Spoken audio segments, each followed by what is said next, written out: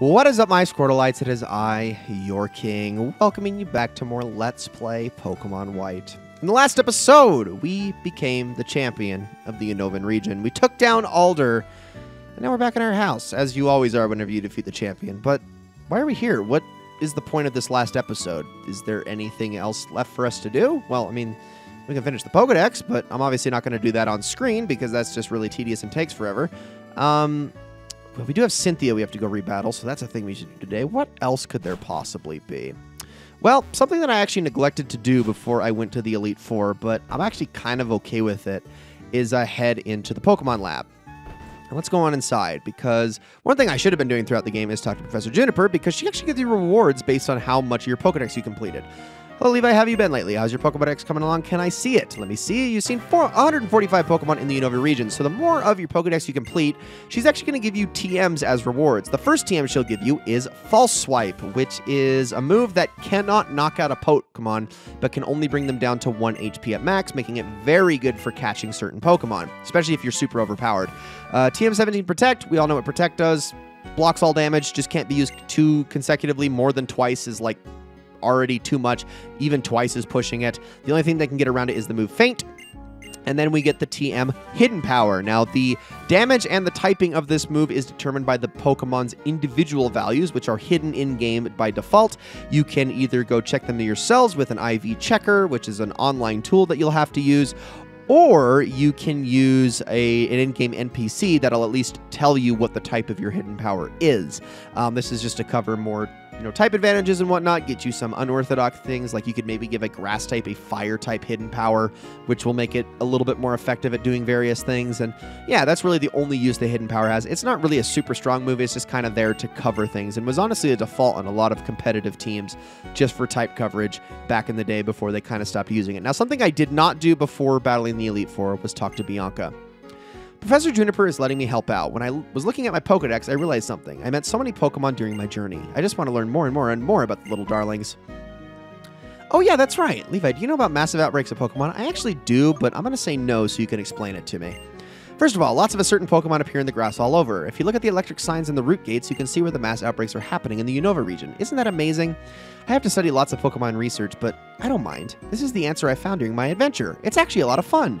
And I have an idea. Every now and then, come have a Pokemon battle with me, okay?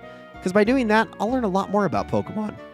So that is a conversation I should have had with Bianca before I battled the Elite Four, because now if I want to unlock the next step, I have to battle the Elite Four again. And I'm not going to do that, but if you do that again, you then are given the opportunity to rebattle Bianca on weekends, which I think is kind of cruel because her Pokemon are only in the mid to low 60s, and it's like, oh yeah, beat the Elite Four again, and then you can rebattle her. That's just an unfair match. And you know what? I already feel bad enough with having battled Bianca throughout this game many, many times. I'm not going to put her through it again. But that is something that we can do, just to let you know. You can battle her every single weekend, much like in Battle Sharon every single day. You can't do it on weekdays, though, because she will be inside her house, and she will not do battles inside her house. But what I'm going to do is I'm going to head off towards Accumula Town. I'm going to go pick up Air Unova, and I'm going to fly back to Undella Town to complete the last objective we have in the game, at least that I'm willing to do. So I will see you all there in just a moment. And here we are, everybody. All right. I think it's time. I don't even know if this is going to go well, but we're just going to wing it. So let's do this thing. We want to head on into the next house over. And there she is. I'm going to save because I feel like that's a pretty smart idea given what we're about to deal with. Now, as far as the levels are concerned, Cynthia's actually got similar Pokemon to Alder. They're like all the same level. You got 5 at level 75 and a 6th one at level 77. It's the Pokemon she has that make things a bit more complicated. As anyone can tell you, Cynthia is, and always has been, one of the toughest champions, if not the toughest champion, across all of the Pokemon games. Oh, you've had a chance to get ready? I do want our Pokemon to have a match. Are you prepared to be my opponent? I am. Before I send out my Pokemon, my heart always begins to race. Interesting. My Pokemon and their Pokeballs are radiating a happy feeling. Are you the reason? What are you? And so begins the battle against the Sinnoh champion, Cynthia. She is packing, like I said, 6 Pokemon, and her very first Pokemon that she's going to throw out is Spiritomb with Sucker Punch, Shadow Ball, Will-O-Wisp, and Double Team. My first Pokemon is going to be Haxorus. And I'm going to try something a little bit tricky here. So ability is pressure, which means that every single move we use is going to do double the power points. Not going to be a big issue in a single battle, but it is still something to worry about. It's going to start off by using double teams. This might make things a little bit complicated. Now, Spiritomb has no known weaknesses and will not have no known weaknesses until the next generation. Something to keep in mind. I'm going to use 2 Dragon Dances here, and I'm going to hope that that's enough. I don't know if it will be, but now I actually got to start making my moves hit, and that might be a little bit tricky here. I really hope 2 is enough because we're going to need Bathory to really get to work here. Well, avoided the attack, and this is where things are going to get tough because I really need Dragon Claw to land. Otherwise, Spiritomb is going to start wailing on me, and it's going to get tough. Oh, stop it. That evasion goes all the way up. It's going to take a long time for this Dragon Claw to land. That's 4 double teams now. Come on, Bathory, I believe in you. Is it really going to max out its evasion entirely? Because that's going to be rough. Come on, Bathory. Land one.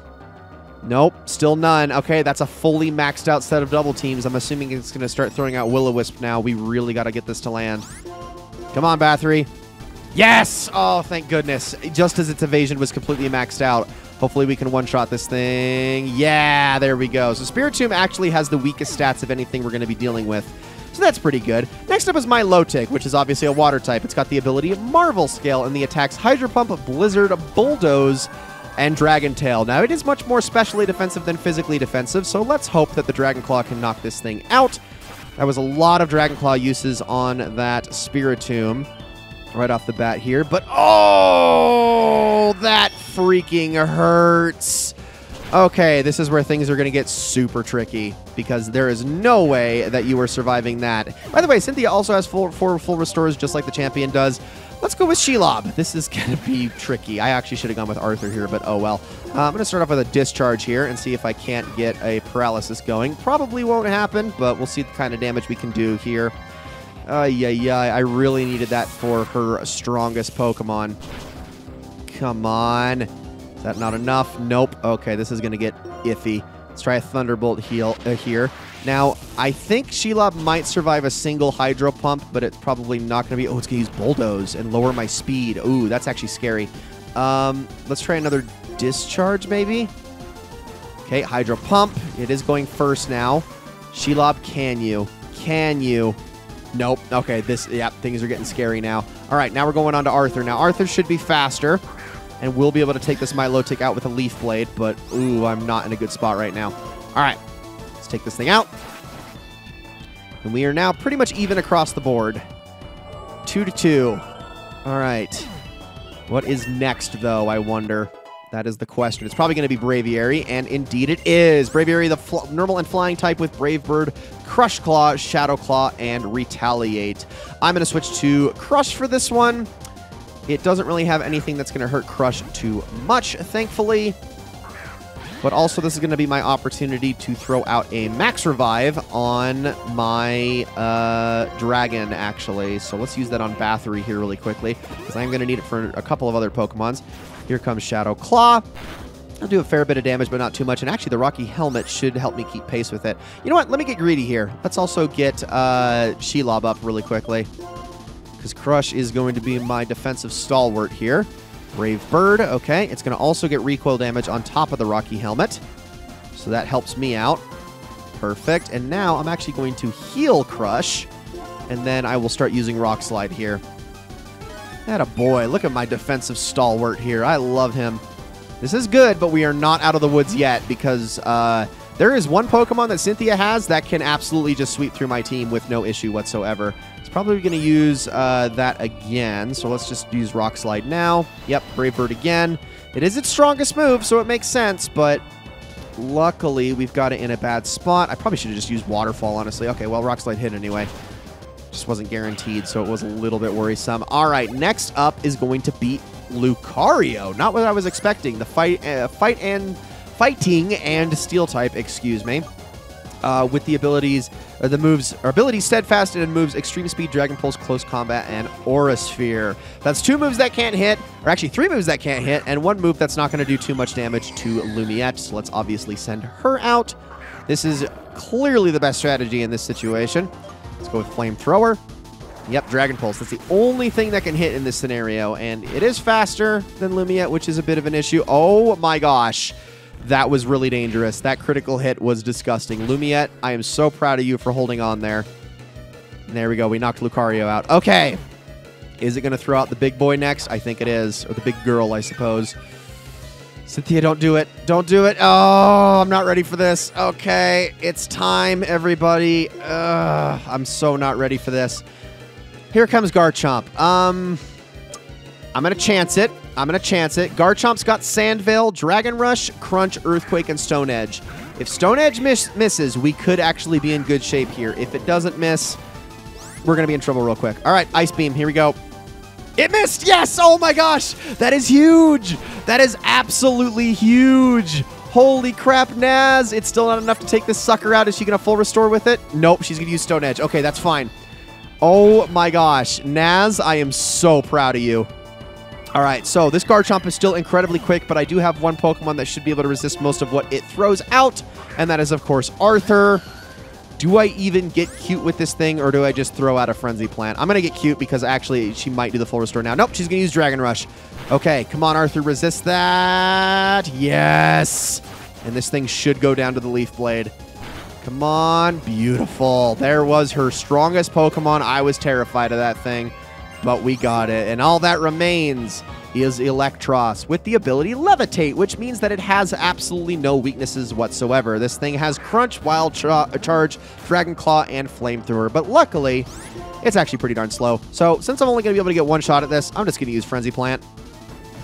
Do as much damage as I can. Arthur's probably going to go down right here anyway, so let's just take it out as much as we can before it throws a Flamethrower. Oh my gosh, we one-shot it! Oh, Arthur, I am so proud of you. You were the MVP. Beautiful.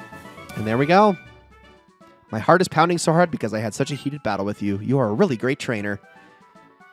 And there we are. You can do that battle once per day and get a lot of money for it. That was beyond my expectation. What an exceptional battle. You certainly bear a resemblance to that trainer who faced Giratina. Oh, pardon me. I was just thinking out loud. I love being here in spring and summer. I can't stay all year because there's so much to investigate in Sinnoh as well. You're a great trainer, and it would make me happy to see you again sometime. So yeah, you can't battle her in fall and winter, but for half the year, you can absolutely do battle with her.